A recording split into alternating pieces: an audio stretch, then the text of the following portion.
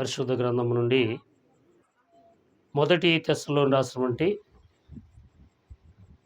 మొదటి పత్రిక 5వ అధ్యాయం 16వ వచనాన్ని సందర్భంగా చదువుకుందాం. అపోస్తలుడైన పౌలు తెస్సలోనికి రాసినటువంటి మొదటి పత్రిక 5వ అధ్యాయం 16వ వచనాన్ని చదువుకుందాం. ప్రతి విషయమందు కృతజ్ఞతాస్తుతులు చెల్లించుడి, ఇలాగు చేయుట యేసుక్రీస్తునందు దేవుని యొక్క చిత్తము. దేవుని ప్రియ బిడ్డలారా, ఈ సమయంలో మరొకసారి ఈ కుటుంబ సభ్యులకు మరి ప్రత్యేకంగా బ్రదర్ గారికి నేను వందనాలు తెలియజేసుకుంటూ ఉన్నా. దేవుడు నమ్మదగిన దేవుడు కనుక ఆయనకి ఎందుకు కృతజ్ఞతాస్తుతులు చెల్లించాలి? ఒకటి, ఆయన అందరినీ ప్రేమిస్తాడా, కొందరినే ప్రేమిస్తాడా అనేది. రెండవది, బైబిల్లో మనకు చాలా వ్యత్యాసాలు కనపడుతూ ఉంటాయి. ఆయన పేరు ప్రేమ స్వరూపి, ఆయన పేరు జీవాధిపతి. ఆయన నమ్మిన వారిని, ఆయన యందు భయభక్తులు గలవారిని, ఆయనను ప్రేమించేవారిని, ఆయన మాట గైకొనేవారిని అని ఎన్నడూ విడిచిపెట్టేవాడు కానే కాదు. అయితే కృతజ్ఞతాస్తుతులు ఇస్ ఎ థ్యాంక్స్ గివింగ్ అనేది మనం ఎందుకు చెల్లించాలని అనుకున్నప్పుడు పౌలు చెబుతున్న మాట ఏమిటంటే, ప్రతి విషయమందు దేవునికి కృతజ్ఞతాస్తుతులు చెల్లించుట మంచిది అంటున్నాడు. ఇది దేవుని చిత్తం అని కూడా అంటున్నాడు. ఒకటి, మంచిది, దేవుని యొక్క చిత్తము కూడా. ఏది మంచిది లోకంలో అంటే దేవునికి మాత్రమే మొదటి స్థానం ఇచ్చి కృతజ్ఞతాస్తుతులు చెల్లించడం మంచిది. ఇక అంతకు మించిన మంచిది లోకంలో ఏదీ లేదు.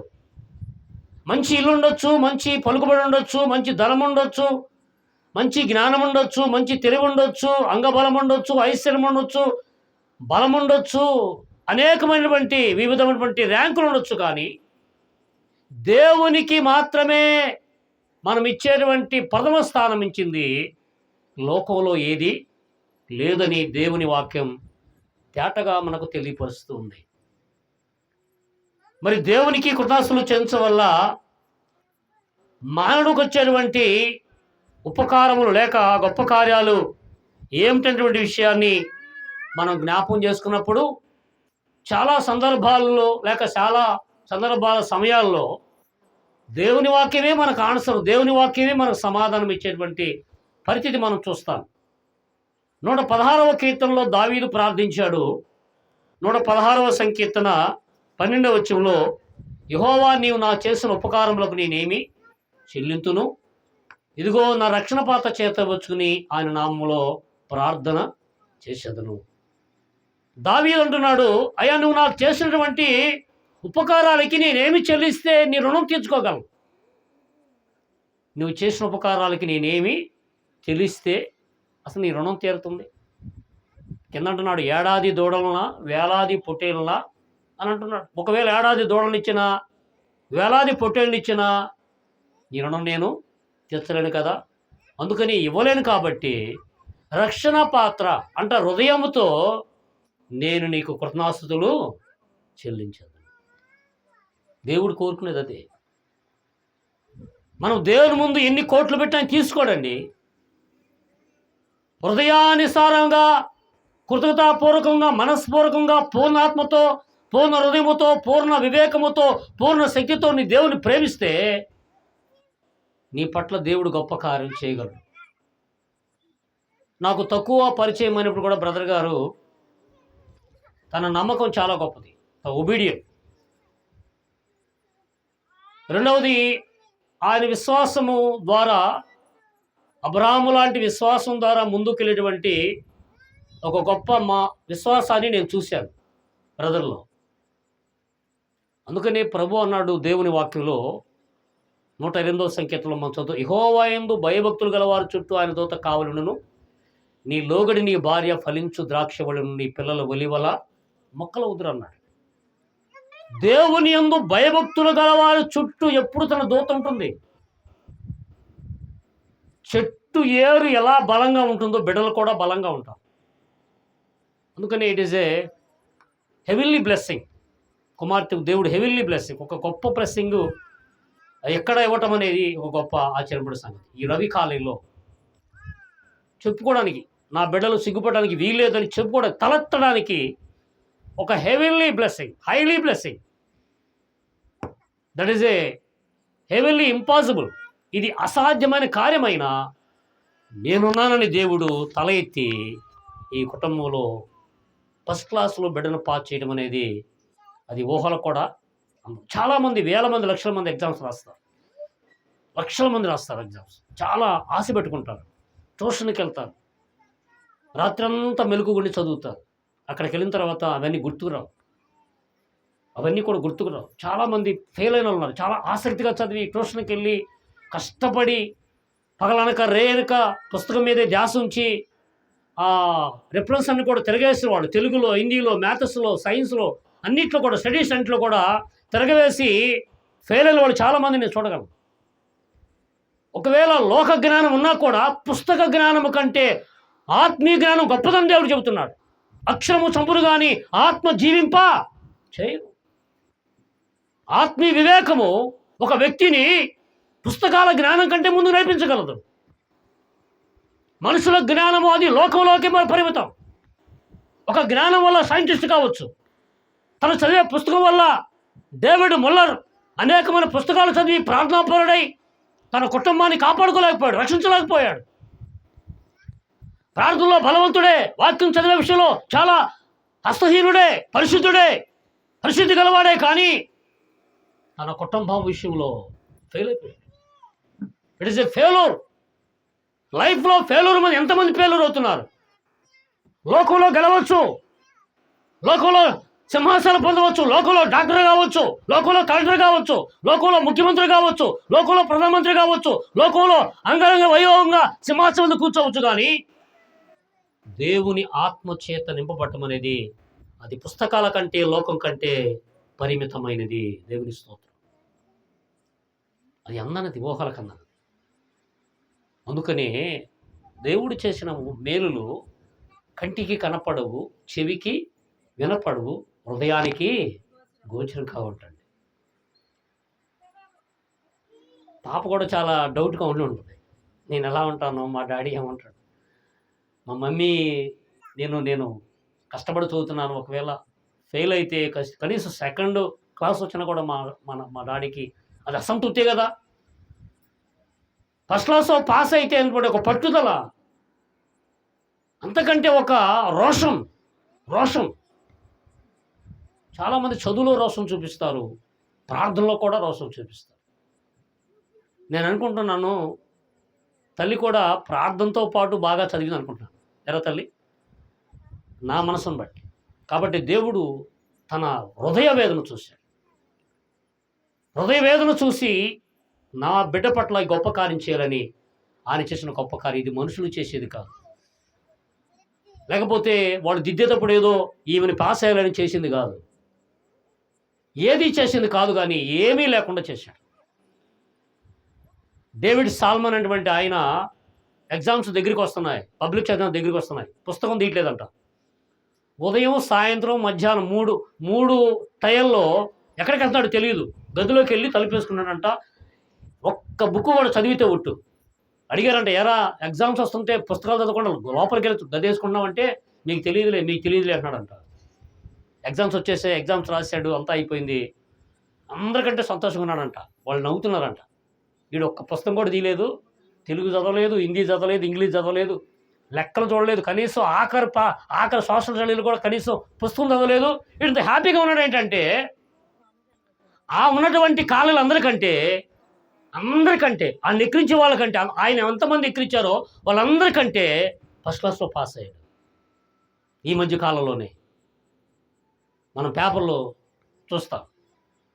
కారణం ఏంటంటే తెలుసా, దేవునితో అడిగాడంట, అయ్యా నేను పుస్తకం తీయను, నేను చదవను, నువ్వేం చేస్తావో నాకు తెలియదు, నేను నిన్నే నమ్ముకున్నా, నీ గదిలోకి వచ్చా, ఏకాంత ప్రార్థనలో ఉన్నా, నువ్వే రాయించు, నువ్వే తీసుకెళ్ళంటే ఏమి రాశాడో ఏమో తెలియదు.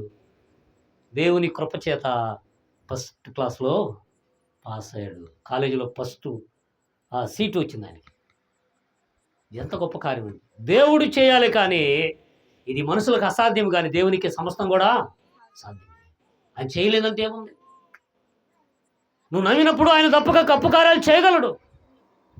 విశ్వాసం ఉంచి ఉంటే దేవుడు నీ పట్ల గొప్ప కార్యం చేసేటువంటి గొప్ప దేవుడు. ఆయన నమ్మిన వారిని ఎన్నడూ కూడా విడిచిపెట్టే దేవుడు కానే కాదు. విశ్వాసము, నమ్మకము, ఒక మంచి విధేయత కలిగినప్పుడు ఆయనను ప్రేమించి ఆశీర్వదించేటువంటి గొప్ప దేవుడు. అందుకే మొదటిది కృతజ్ఞతాస్తుతులు చెల్లించాలి. రెండవది, నీవు దేవునికి ప్రతి దినమందు కూడా ఆయన ఉపకారం చేసినా అపకారం చేసినా దేవుడు దేవుడే కాబట్టి నీ రక్షణ పాత్ర చేతబుచ్చుకుని యెహోవా ఎదుట ప్రార్థన చేయాలి, నీవు నీ కుటుంబం. సెకండ్ థింగ్, కనుక ప్రతి విషయంలో మేలు చేస్తే దేవుడు, మేలు చేయకపోతే దేవుడు కాదు. ఒకవేళ రాజుగారు పాస్ అవ్వకపోయినా కూడా ప్రార్థన పెట్టేవాడు, ఎందుకంటే దేవుడు అపకారి కానే కాదు. ఇంకొకసారి నా బిడ్డకి దేవుడు ఆకర్షిస్తాడు. కానీ చాలామంది ఫెయిల్ అయితే, లైఫ్లో ఫెయిల్ అయ్యి సూసైడ్ చేసుకున్నారు ఉన్నారు. నేను పాస్ అవ్వలేదు కాబట్టి ఇది చాలా ఫులిష్ థింగ్, తప్పండి. దేవుడు మరొక అవకాశం ఇస్తాడు, అది నీకు పరీక్ష, ఒక ఓర్పు, ఒక శ్రమ. ఇది ఒక పందిరంగం. మరలా నువ్వు రోషం తెచ్చుకుని, మరలా నువ్వు గెలవాలని, మరలా నువ్వు పాస్ అవ్వాలని దేవుడికి ఇచ్చేటువంటి ఆ గొప్ప అవకాశాన్ని ఎప్పుడు కూడా వదిలిపెట్టుకోవడానికి వీలు లేదు. మేలుతో నింపేటువంటి దేవుడు. మేలుతో నా హృదయం తృప్తిపరచినావు, రక్షణ పాత్రనిచ్చి నిన్ను స్తుతింతును. మేలుతో నా హృదయం తృప్తిపరచినావు, రక్షణ పాత్రనిచ్చి నిన్ను స్తుతింతును. ఇశ్రాయేలు దేవుడా నా రక్షకా, సన్నుతిల్తును నీ నామము. ఇశ్రాయేలు దేవుడా నా రక్షకా, స్తుతిల్తును నీ నామము. ఊహించలేని మేలులతో నింపిన నా యేసయ్యా, నీకే నా వందనం. ఊహించలేని మేలులతో నింపిన నా యేసయ్యా, నీకే నా వందనం. వర్ణించగలనా నీ కార్యములను, వివరించగలనా నీ మేలులను. వర్ణించగలనా నీ కార్యములను, వివరించగలనా నీ మేలులను. ఊహించలేని మేలులతో నింపిన నా యేసయ్యా, నీకు నా వందనం. ఊహించలేని,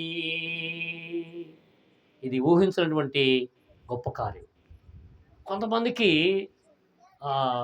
జల్సీగా ఉంటుంది, అసూయిగా కదా. వాళ్ళ అమ్మాయే పాస్ అయింది ఫస్ట్ క్లాస్లో, మా అబ్బాయి పాస్ అవ్వలేదు. ఇది ఇంకా పాపం, ఇది చాలా పాపం. అసూయ చేత ఏమండి కయ్యూని ఏబేలుని చంపాడు. అది తనతో పాటు తన వంశావళిని నాశనం చేసి. మనం ఒక వ్యక్తి మన ప్రక్కల వారు ఉన్నతమైనటువంటి గొప్ప కార్యం జరిగినప్పుడు ఆనందంతో, సంతోషంతో వారి కోసం ప్రార్థించి ఇంకా ఒక గ్రీటింగ్ చెప్పాల్సిన వారు, థ్యాంక్స్ చెప్పాల్సిన వారు, సెలబ్రేషన్ చేయవలసిన వారు. ఈ సంతోషం నాతో కూడా సంతోషించమని దేవుడు చెప్పినప్పుడు ఆనందము వారితో కాకుండా వారందరితో దేవుడు ప్రేమించేటువంటి దేవుడు. మూడవది మనము దేవుని మాట శ్రద్ధగా వింటే దేవుడు మన పట్ల గొప్ప కార్యాలు చేయగలవాడు. నిర్గమాకాండం 15వ అధ్యాయంలో దేవుని మాట మనము శ్రద్ధగా వినటం వల్ల, లేకపోతే లోబడటం వల్ల, ఆయన మాట గైకోవటం వల్ల, ఆయనను వెంబడించడం వల్ల, ఆయన మాట వంటి ఆ తీయని ఆ అనుభవాన్ని పొందడం వల్ల మోసే సాత్వికుడయ్యాడు భూమి మీద. ఆయన మాట వినటం వల్ల, ఆయన మాట లోబడటం వల్ల అబ్రహాము భూమి మీద బహుగా ఆశీర్వదించబడ్డాడు. ఆయన మాట వినటం వల్ల కుటుంబాలు దీవించబడ్డాయి. The God of the word, దేవుని మాట వినటం వల్ల ప్రియులారా ఇస్సాకు యాకోబులు వంశావళి ఆశీర్వదించబడింది. అంటే దేవుని మాట వినటంలో ఇంత గొప్ప కార్యాలు ఉన్నాయంటే ఉన్నాయి. మనుషుల మాట కంటే దేవుని మాట వినాలి. మనుషుల మాట విన్నా వినకపోయినా, నువ్వు లోబడినా లోపడకపోయినా ఏమీ కాదు, కానీ దేవుని మాట త్రోసేస్తే అన్నీ త్రోసేసినట్టే. నీ వాక్యం నా పాదాలకు దీపము, నా త్రోవకు వెలుగై ఉంది. ఆయన వాక్యమే నన్ను బతికించను, బాధల్లో అది నాకు నెమ్మదినిచ్చాను. వాక్యం బతికించేది. ఆయన మాట సుత్తి వంటిది. ఆయన మాట బండల పగలు కొట్టు సుత్తి వంటిది. ఆయన మాట శాతలోని సబ్బు వంటిది. అది సరిచేస్తుంది, మురికిని కడిగివేస్తుంది. కనుక నీ హృదయంలో ఏమున్నదో ఆ మురికిని మలినం కడగడానికి దేవుని వాక్యం బలము గల వాడిగలది. అది ఖడ్గం కంటే పొదలైంది. కాబట్టి ఆయన మాట శ్రద్ధగా మనం వినాలి. దేవుని మాట శ్రద్ధగా వింటే, ఆయన మాట ఉన్నటువంటి మాధుర్యాన్ని జుంటే తేనె కంటే మధురముగా నువ్వు వింటే ఆ పరిపూర్ణత వేరు, ఆ సన్నిధి, ఆ దీవెన వేరు. గనక ఆయన మాటలు మనలను బతికిస్తూ ఉంటాయి. అందుకని ఒకటి, దేవునికి కృతజ్ఞతలు చెల్లించాలి.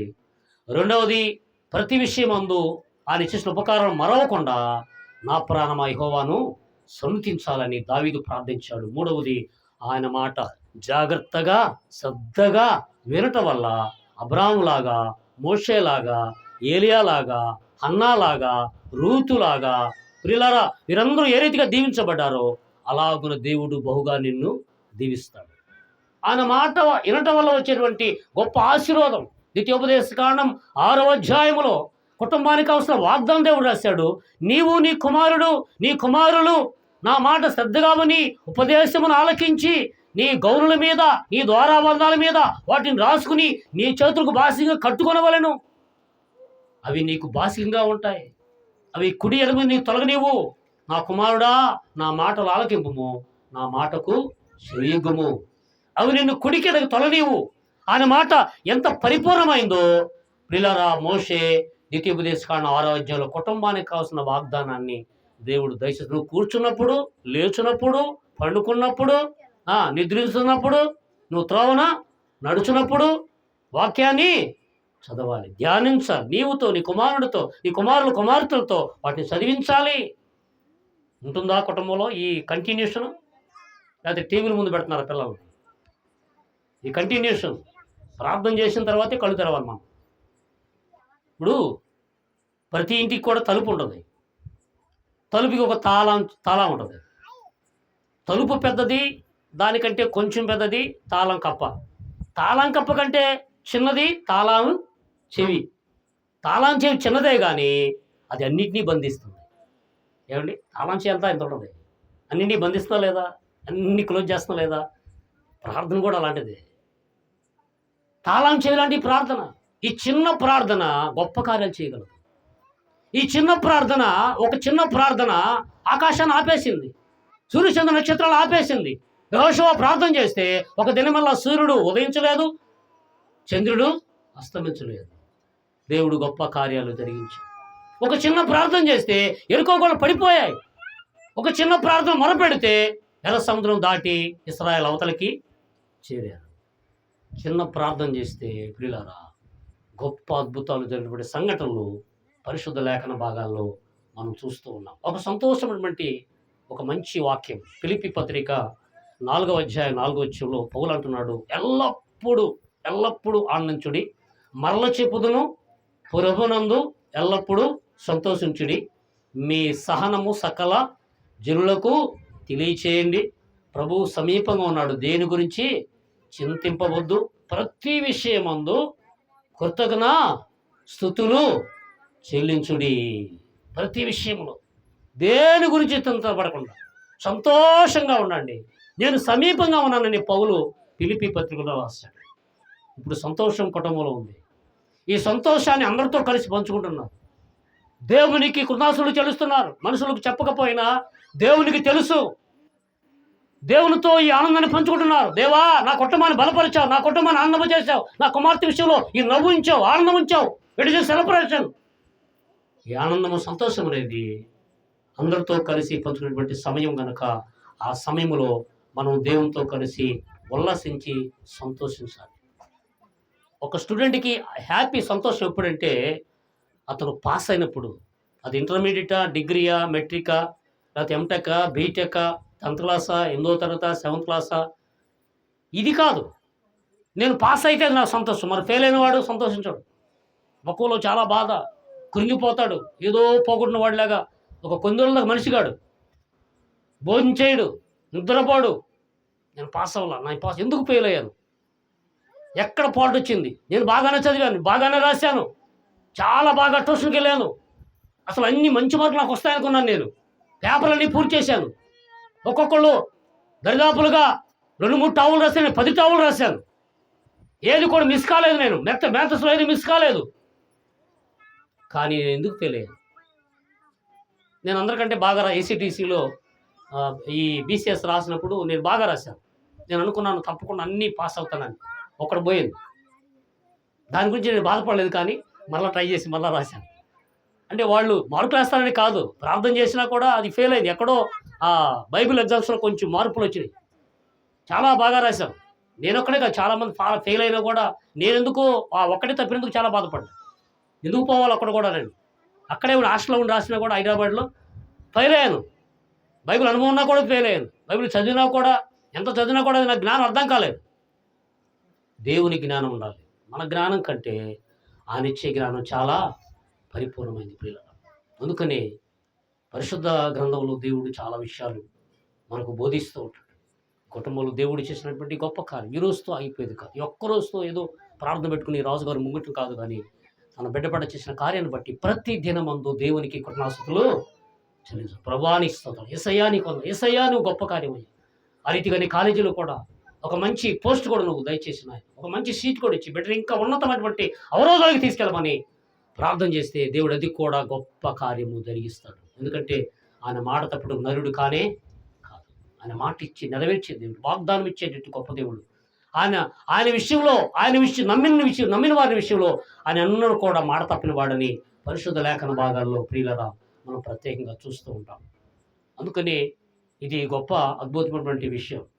కొంతమందికి నమ్మకపోవచ్చు, కానీ దేవునికి సమస్తం కూడా సాధ్యమే. ఆయన అసాధ్యమైన కార్యాలు చేసేది. మనుషులకు అసాధ్యమైన కార్యాలు కూడా జరిగించి ఇది నేను చేస్తా, ఇది నా వల్ల అవుతుంది, నమ్ముట నీవులైతే నమ్మవానికి సమస్తం కూడా సాధ్యమే, నువ్వు నమ్ముతున్నావా అని అడిగినటువంటిది గొప్ప దేవుడు ఆయన. మనం ఒకవేళ అసహనంతో ఉన్నప్పుడు కూడా మన జీవితాన్ని సంతోషపరిచి ఆనందంతో ఉల్లాసింపచేసేటువంటి గొప్ప దేవుడు ఆయన. ఆ సంతోషాన్ని మనము ఈ కుటుంబంలో కూడా ఆనందించి సంతోషించున్నాం. సంతోషమే సమాధానమే, సంతోషమే సమాధానమే, సంతోషమే సమాధానమే, చెప్పనాశక్యమైన సంతోషం, చెప్పనాశక్యమైన సంతోషం. తెరువబడెను నా మనోనేత్రము, తెరువబడెను నా మనోనేత్రము, తెరువబడెను నా మనోనేత్రము. యేసు నన్ను ముట్టినందున, యేసు నన్ను ముట్టినందున, సంతోషమే సమాధానమే, సంతోషమే సమాధానమే, సంతోషమే సమాధానమే, చెప్పనాశక్యమైన సంతోషం, చెప్పనాశక్యమైన సంతోషం. ఈ సంతోషము నీకు కావలెనా, ఈ సంతోషము నీకు కావలెనా, ఈ సంతోషము నీకు కావలెనా. నేడే యేసు నొద్దకు రాము, నేడే యేసు నొద్దకు రాము, సంతోషమే సమాధానమే, సంతోషమే సమాధానమే, సంతోషమే సమాధానమే, చెప్పనాశక్యమైన సంతోషం, చెప్పనాశక్యమైన సంతోషం. ఎంత హ్యాపీ, ఎంత సంతోషం, ఎంత గొప్ప కార్యం.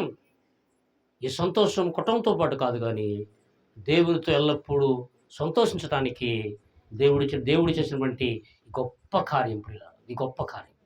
అందుకని దేవుని యందు భయభక్తులు కలిగి దేవుని మాట విన్నటువంటి ముగ్గురిని నేను జ్ఞాపం చేసి నా ప్రార్థన నేను ముగిస్తాను. ఒకటి, దేవుని మాట విని దేవునికి లోబడి దేవుల్లో జీవించడం వల్ల ఎంతగా అతడు ఎదగబడ్డాడో మొదటి సమూయేలు గ్రంథంలో మనం చదివినప్పుడు సమూయేలు బాలుడే కానీ దేవుని దయందు ఎలా వర్ధిల్లాడు, దేవునితో ఎలా నడిచాడో మనం చదివితే అతని యొక్క జీవితంలో దేవుడు చేసినటువంటి ఒక గొప్ప కార్యాన్ని ప్రియులారా మనం చదువుతుంటే మనకు ఆశ్చర్యం కలుగజేస్తూ ఉంటుంది.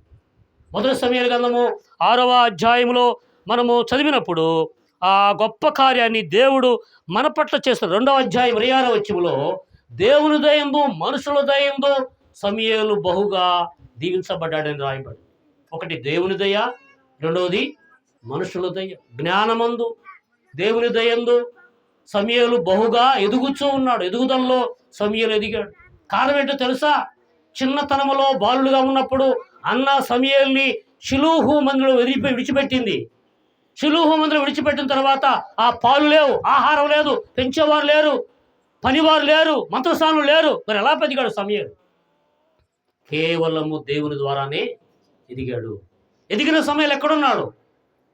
ఏలీ దగ్గర ఉన్నాడు. ఏలీ దగ్గర ఏం చేస్తున్నాడు? యాజకత్వం నేర్చుకున్నాడు. యాజకుడుగా ఉన్నటువంటి ఏలీ దగ్గర సమూయేలు ఉంటే, ఏలీకి కుమారులు ఉంటే, ఏలీ కుమారులు సేవ చేయవలసి అయితే ఏలీ కుమారులు దేవుడు పిలవలా.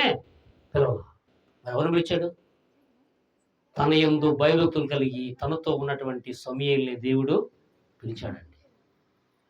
సమూయేలు పిలిచినప్పుడు 12వ అధ్యాయం, మొదటి సమూయేలు గ్రంథం 12వ అధ్యాయంలో ఏలీ దగ్గరికి వెళ్ళి సమూయేలు అడుగుతున్నాడు, అయ్యా నువ్వు నన్ను పిలిచావు, ఏంటయ్యా పిలిచావంటే, నేను పిలవలేదు, వెళ్ళి పనుకో అన్నాడు. మళ్ళీ రెండోసారి ఇదిగో నీ ప్రభు నీ దాసుడు సెలవులు ఆలకించమని చెప్పినప్పుడు మరలా సమూయేలు ఉలిక్కిపడి ఎవరో నన్ను పిలుస్తాను మరలా వెళ్ళి అడిగాడు, అయ్యా నువ్వు నన్ను పిలిచావు కదా, నేను పిలవలేదు, వెళ్ళి పనుకో. మూడోసారి మరలా వెళ్తే ఏలీకి అర్థమైపోయింది దేవుని సెలవు, దేవుని యొక్క పిలుపు, దేవుని యొక్క సన్నిధి సమూయేలు దగ్గరికి వచ్చిందని విని, ఈసారి ఎవరైనా నేను పిలిస్తే ఇదిగో నీ దాసుడు ఆలకించున్నాడు అని చెప్పినప్పుడు అప్పుడు సమూయేలు దేవుని మాట విన్నాడు. ప్రియులారా, ఒక వ్యక్తి దేవుని మాట వినటం వల్ల, దేవుని ఎదగడం వల్ల, ఒకటి ప్రవక్త అయ్యాడు, రెండవది న్యాయాధిపతి అయ్యాడు, మూడవది అతని ద్వారా యేసుక్రీస్తు వంశావళి రాయబడింది. What is a heavenly person! ఎంత గొప్ప సమూయేలు అండి! అతని ద్వారా యేసుక్రీస్తు చరిత్ర రాయబడింది. సమూయేలు ద్వారా అభిషేకించాడు సొలొమోన్ని. మొదటి రాజుగా సమూయేలు అభిషేకించాడు. రెండవ రాజుగా దావీదును దేవుడు అభిషేకించాడు సమూయేలు ద్వారా. న్యాయాధిపతిగా ఉన్నాడు సమూయేలు. కేవలం బాలుడుగా విడిచిపడ్డ సమూయేలు మరి ఎలా ఎదిగాడు, ఎలా జ్ఞానం పొందినంటే కేవలము ద గాడ్ గ్రేస్, దేవుని యొక్క కృప వల్ల, దేవుని దగ్గర కనిపెట్టడం వల్ల, దేవుని యొక్క మాట కొరకు ఎదురు చూడటం వల్ల. ఏలీ కుమారులు యాజకులు కాలేదు, కానీ ఏలీ కుమారుల కంటే ఎవరూ కానటువంటి సమూయేలుని దేవుడు ఎన్నుకొని, నువ్వు ప్రవక్తవు, నువ్వు రాజువు, నువ్వు న్యాయాధిపతివి. ఎంత గొప్ప కార్యం అండి! ఎవరి సమూయేలు? కేవలం బాలుడు. అలాంటి బాలుడైన సమూయేలుని దేవుడు ఎంత హెచ్చించాడు. నువ్వు బాలుడు కావచ్చు, చిన్నవాడివే కావచ్చు, అజ్ఞానివి కావచ్చు, తెలివి తక్కువవాడు కావచ్చు, నువ్వు ఏమీ లేనివాడు కావచ్చు, చదువులేనివాడు కావచ్చు, పామరులు దేవుడు అనుకున్నాడు. చేపలు పట్టేవాడిని మనుషులు పట్టే జాలగనుకొని దేవుడు అపోస్తులుగా మార్చాడండి. దేవుని కార్యాలు ఇవి. నువ్వు చదువు రాకపోవచ్చు, నువ్వు అజ్ఞాని కావచ్చు, తెలివి తక్కువవాడు కావచ్చు, దేవుని చేతిలో పడితే దాన్ని మించిన జ్ఞానం మరొకటి లేదు. దేవుని చేతిలో పడుట బహు భయంకరము. అందుకే దేవుని యందు విశ్వాసంతో మనం ముందుకెళ్తే దేవుడు ఇలాంటి గొప్ప కార్యాలు చేస్తాడని ఇది గొప్ప నిదర్శనం. నాకు ఒక వాక్యం జ్ఞాపకం వస్తూ ఉంది. ఈ గొప్ప కార్యం జరిగినప్పుడు 105వ కీర్తనలో దావీదు రాశాడు. మొదటి వచనంలో యెహోవాకు కృతజ్ఞతాస్తుతులు చెల్లించడని రాస్తూ ఆ కింద వచనాలు రాస్తాడు. ఆయన ఆశ్చర్యకార్యాలు దేవులకు చెల్లించేయమంటాడు. చదవండి 105 మొదటి వచనం నుండి. యెహోవాకు కృతజ్ఞతాస్తుతులు చెల్లించుడి. చూడండి, ఆయన నామాన్ని ప్రకటించండి, జనములలో ఆయన కార్యాలు తెలియచేయండి, ఆయన గురించి పాడండి, ఆయన కీర్తించండి, ఆయన ఆశ్చర్య కార్యములు అన్నిటినీ సంభాషణ చేయి. ఇది ఆశ్చర్యకార్యం కదా అని జనులకు తెలియజేయమన్నాడు. రాజుగారు ఒక్కడే కుటుంబ ప్రార్థన పెట్టుకోలేదు, తన తండ్రి గారిని పిలిచి లేకపోతే తన బంధువులు పిలిచి పెట్టుకోలేదు, అందరికీ తెలియచేయడానికి. ఈ కార్యము, ఈ గొప్ప కార్యము నా యొక్క సంఘస్థులకి, నా పరిసర ప్రాంతస్తులకి, నా పక్క వారికి, ఇరుగు వారికి అందరితో కూడా తెలియచేయడానికి యెహోవా కార్యాన్ని తెలియచేస్తూ ఉన్నాడు. అందుకని యెహోవాకు కృతజ్ఞతాస్తుతులు చెల్లించండి. ఆయన చేసిన కార్యాన్ని, కీర్తిని అందరికీ తెలియపరచండి. ఆయన కీర్తిని ఘనపరచండి. ఆయన నామాన్ని అందరికీ ప్రచురం చేయండి. ఆయన కడుపులోనే దాచుకోవాలా, ఆయన హృదయంలో దాచుకోవాలా. వాళ్ళకున్నటువంటి ఆఫీస్ స్టాఫ్తో మాత్రమే చెప్పుకుని ఆగిపోలా. ఇది దేవుడు చేసిన గొప్ప కార్యం కనుక ఈరోజు దేవుడు అద్భుతం చేశాడని దేవునికి కృతజ్ఞతలు చెల్లిస్తూ ఉన్నాడు. నేనైతే ఒకంత ఆశ్చర్యపోయాను. నన్ను వాక్యాన్ని చెప్పడానికి రమ్మన్నాడు బ్రదర్ గారు, అసలు నా గురించి ఏం తెలుసు కదా అని నేను చాలా ఆశ్చర్యపోయాను. ఏం ప్రభా, బ్రదర్కి ఎట్లా వాక్యం చెప్పాలి? నేనైతే ఒకంత ఆశ్చర్యం గురైనా కూడా ఇది దేవుని చిత్తమే, అది దేవుని చిత్తం. పెద్దవారు ఉన్నారు, తండ్రి గారు, మంచి దైవజనులు. కానీ దేవుడు చేసినప్పుడు ఈ గొప్ప కార్యము ఒక సేవకుల ద్వారా దేవునికి వినిపించడానికి ఇది గొప్ప అవకాశం. అందుకని సమూయేలుని దేవుడు బాల్యం నుండే ప్రవక్తగా, న్యాయాధిపతిగా హెచ్చించి అతని ద్వారా యేసుక్రీస్తు చరిత్ర రాశాడు. ద సెకండ్ థింగ్, దానియేలు జ్ఞానములలో చాలా ప్రముఖుడిగా పిలువబడ్డాడు. నెబుకద్నెజరు కాలంలో వారందరితో కూడా ఉన్నప్పుడు వారందరిలో కూడా కేవలము దేవుడు ఎవరిని ఎన్నుకున్నాడంటే దానియేలుని ఎన్నుకున్నాడు. ఎందుకు దానియేలు? అతడు అతి శ్రేష్టమైనటువంటి జ్ఞానం గలవాడు రాయబడి 6వ అధ్యాయంలో. దానియేలు గారు 6వ అధ్యాయంలో అతడు శ్రేష్టమైన బుద్ధి గలవాడని రాయబడింది. 5వ వచనంలో అతడు శ్రేష్టమైన బుద్ధి గలవాడు. ఏ శ్రేష్టమైన? దేవునికి శ్రేష్టమైన బుద్ధి గలవాడు. అతడు జ్ఞానం గలవాడు. రాబోయే సంగతులు కూడా, భవిష్యత్తును కూడా రాజు ముందు తెలియపరిచిన వాడు. అయ్యా రాజా, రాబోతున్న ఏడేళ్ల కాలంలో శ్రమలు రాబోతున్నాయి, నా మాట నేను చెబితే రాజు దానియేలు మాట ఇలా, నువ్వు వచ్చావు, నువ్వు చెబితే నేనేనిది అనుకున్నాడు, గర్వపడ్డాడు. కానీ దానియేలు ఏం చెప్పాడో అదే జరిగింది. చివరికి ఏం చేశాడు? రాజు మాట లేదు కదా, దేవుని మాట లేదు కాబట్టి ఏమండి, అన్నం తినేవాడు పశువులు మేసే గడ్డిని దేవుడు మేపించాడు నెబుకద్నెజరు చేత. దేవుడు తలుచుకుంటే ఏదైనా సాధ్యమే. నా మాటిని రాజాని దానియేలు చెబుతుంటే, నువ్వెవరో అయ్యా అంటే యెహోవా యందు భయభక్తులు గల దానియేలు చెబుతుంటే రాజు లెక్కించేలా. అప్పుడు దాకా అలాగే ఉన్నాడు. అందుకని అందరిలో కూడా అతి శ్రేష్టమైన బుద్ధి గలవాడు దానియేలు. అతి శ్రేష్టమైన బుద్ధి గలవాడు, అతి శ్రేష్టమైన జ్ఞానం గలవాడు. జ్ఞానం వేరు, పరలోక జ్ఞానం వేరు. ఈ లోక జ్ఞానం వేరు, పరలోక జ్ఞానం వేరు. ఈ లోక జ్ఞానం దెయ్యాల జ్ఞానం, ఈ లోక జ్ఞానం పుస్తకాల జ్ఞానం, ఈ లోక జ్ఞానం భూ సంబంధమైన జ్ఞానం. ఈ లోక జ్ఞానం కేవలము మళ్ళీ ఏమాత్రం కూడా ముందుకు నడిపించలేదు. అని దేవుని జ్ఞానం, పైనుండి వచ్చే జ్ఞానం మృదువైనది, సులభంగా లోబడేదని యాకోబు రాశాడు. మృదువైంది, సులభంగా లోబడేది పైనుండి వచ్చిన జ్ఞానము దేవుని జ్ఞానం. అది దెయ్యాల జ్ఞానం అంటే కానే కాదు, ఆత్మీయ జ్ఞానం. ఆ జ్ఞానం గలటువంటి బిడ్డలకు దేవుడిచ్చేటువంటి గొప్ప ఆశీర్వాదం. సామెతల గ్రంథం 9వ అధ్యాయం 13-14 వచనాల్లో యెహోవా యందు భయభక్తులు కలుగుట జ్ఞానానికి మూలం అన్నాడు సొలొమోను. దేని యందు? యెహోవా యందు భయభక్తులు కలిగి ఉండడం దేవునికి మూలం. దేవుని యందు భయభక్తులకు మూలం, అది జ్ఞానానికి మూలం. ఒక మూల స్తంభం జ్ఞానం. ఎవరికి? యెహోవా యందు భయభక్తులు గల వారికి, ఆయన నమ్మిన వారికి, ఆయన ప్రేమించే వారికి. చాలామందికి ఈ దినాల్లో భయం ఉంది కానీ ఏమి లేదు, భక్తి లేదు. పామొత్తే భయం, తేలొత్తే భయం, మండగప్పొత్తే భయం, పిల్లొత్తే భయం, కుక్కొత్తే భయం, దొంగోడొత్తే భయం, ఇంకా ఏదైనా వస్తే భయం. ఈ భయం అంతా దేనికి? భక్తి లేకపోతే. యెహోవా యందు భయభక్తుల వారి చుట్టూ ఆయన దూత కావాలండి వారిని రక్షించున్నాను. 34వ కీర్తనలో యెహోవా యందు భయభక్తుల వారి చుట్టూ ఆయన దూత కావాలని రక్షిస్తాట. ఎప్పుడు నీ పక్కన దూత దేవుడు తోతను పెడతాడు, కుడి పక్కన పక్కన. నువ్వు కుడికి ఎడకు పడిపోకుండా, నువ్వు బస్సు ఎక్కినా, ట్రైన్ ఎక్కినా, వెహికల్ మీద నడుస్తున్నా, వెహికల్ మీద వెళ్తున్నా, ట్రాఫిక్లో వెళ్తా ఉంటే జాగ్రత్తగా. ఎవరు కాపుతారు నీకు? నిన్ను కాపాడవాడు కొనుకోడు, నిద్రపోడు. నీ ప్రక్కనే ఉంటాడు ఆయన, నిన్ను పట్టుకుంటాడు, జారి పడిపోకుండా నీ పాదం పట్టుకునే దేవుడు. అందుకనే మరి బిడ్డకు దేవుడు ఇచ్చినటువంటి గొప్ప కార్యం, ఆ ఎగ్జామ్స్లో ఆ ప్రత్యేక స్థానంలో కూర్చొని పెట్టి విశ్వాసం అనే పెన్నతో నమ్మకం అనే పేపర్ మీద పరిశుద్ధాత్మ దేవుడు మార్కులు వేశాడు. దేవుని స్తోత్రం. నమ్మకం అనే పేపర్ మీద పరిశుద్ధాత్మ దేవుడే మార్కులు వేశాడు. 556 మార్కులు అంటే అది చాలా హెవీలీ. మేము ఇక్కడ సాయంకాలం కూడా చెప్పుకుంటూ ఉన్నాం. ఫస్ట్ క్లాస్ పాస్ అవడం అది కొంతమందికి అందరికీ రాదు. ఈ మార్క్స్ను బట్టి రేపు వెళ్ళేటువంటి ఆ మెట్లు కూడా ఎక్కగలవు. లేదా కేవలం ఇది ప్రార్థనకే సాధ్యం. ప్రతి ప్రార్థన కూడా ఆలకించేటువంటి గొప్ప దేవుడు ఆయన. రెండవది, అతి శ్రేష్టమైన బుద్ధి గలటువంటి దానియేలు అందరిలో కూడా జ్ఞానం పొందుకుని దేవుని విశ్వాసం యందు ముందుకు సాగాడు. మూడవ వ్యక్తి యోసేపు కూడా దేవుని యందు భయభక్తులు కలవాడుగా యథార్థవంతుడుగా ఉన్నాడు. యాకోబు కూడా యోసేపు ఆదికాండం 39వ అధ్యాయంలో మీరు చదివినప్పుడు అతడు దేవుని యందు భయభక్తులు గలవాడు, యథార్థవంతుడు. అన్నలు అమ్మేశారు, గుంట్లో తోసేశారు, తండ్రిని నమ్మించారు, యాకోబు నమ్మించారు, నీ కుమారుడు చచ్చిపోయాడు అన్నారు. నిషేధించిన రాయి మూలకి తలరాయినట్లుగా యోసేపు ఐగుప్తు రాజ్యంలో ప్రధానమంత్రి స్థానంలో కూర్చున్నాడండి. 12 మందిలో ఆఖరివాడైన యోసేపు ఎక్కడ ఉన్నాడు? తోసేబడ్డ యోసేపు, వెలివేయబడ్డ యోసేపు, అమ్మేయబడ్డ యోసేపు ఎక్కడున్నాడు? ప్రధానమంత్రి స్థానంలో కూర్చుని అన్నలకే ఆహారం పెట్టాడు ఆయన.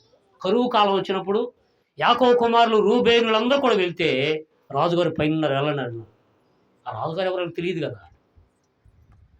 అలాగని యేసువు కక్ష సాధించాడా? నేను మీకు ఈయనన్నాడా? అనలేదండి. అదేమి కాకుండా హత్తుకున్నాడు, ప్రేమించాడు. తన అన్నలందరూ కూడా ముద్దు పెట్టుకున్నాడు.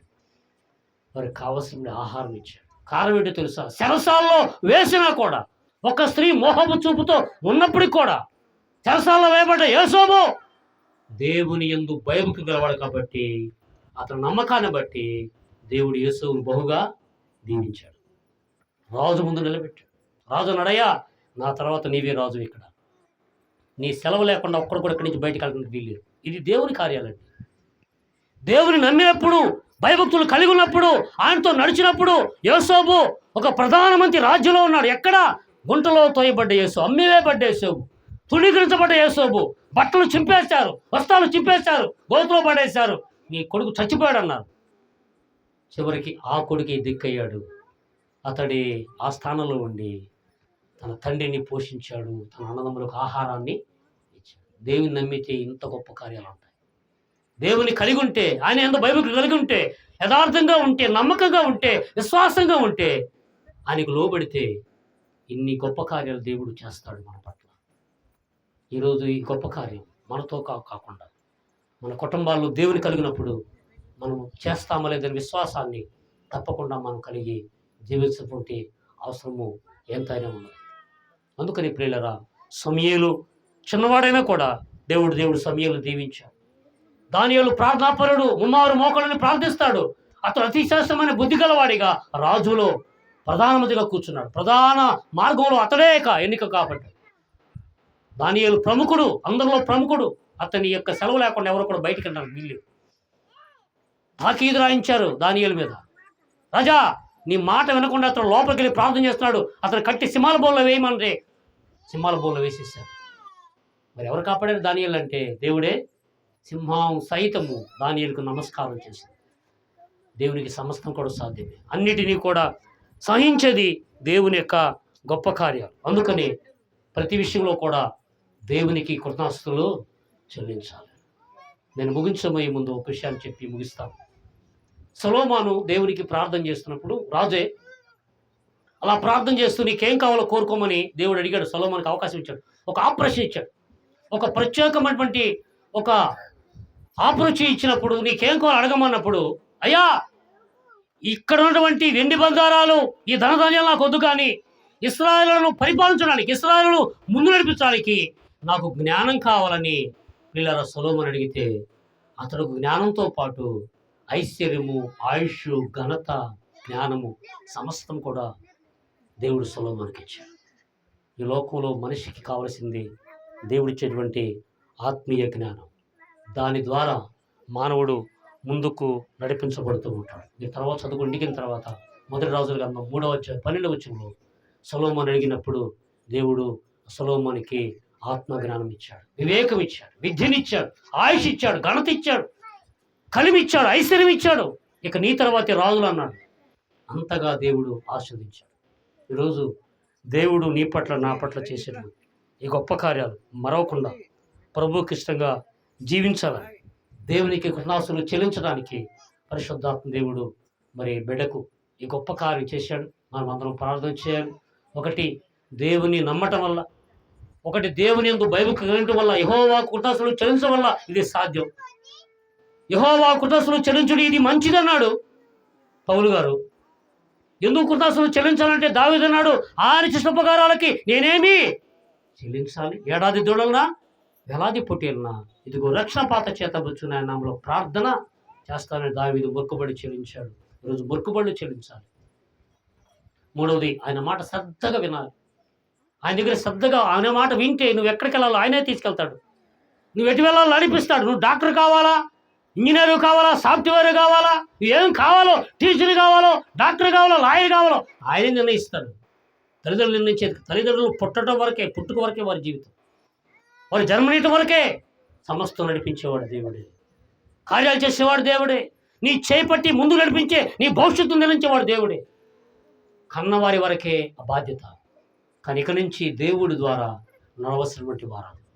అందుకని ఆయన మాట శ్రద్ధగా వింటే ఆయన ఎక్కడికి నడిపించాలో, ఎక్కడికి వెళ్ళాలో, ఎక్కడికి తీసుకెళ్లాలో, ఏ గ్రూప్ తీసుకోవాలో, ఏ కాలేజీకి వెళ్ళాలో, ఇంక నుంచి ఏ రీతిగా ఆయన ముందుకు నడిపించాలో అని చెప్పగల దేవుడు.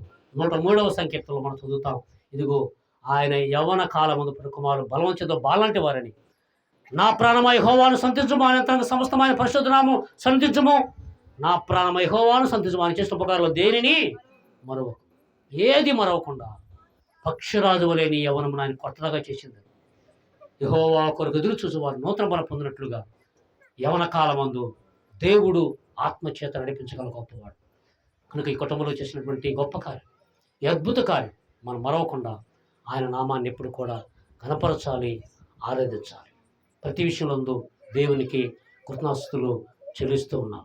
దేవునికి స్తోత్రము గానము చేయుటయే మంచిది, మనమందరము స్తుతి గానము చేయుటయే మంచిది. గుండె చెదరిన వారిని బాగు చేయు వాడని, గుండె చెదరిన వారిని బాగు చేయు వాడని, వారి గాయములన్నీయు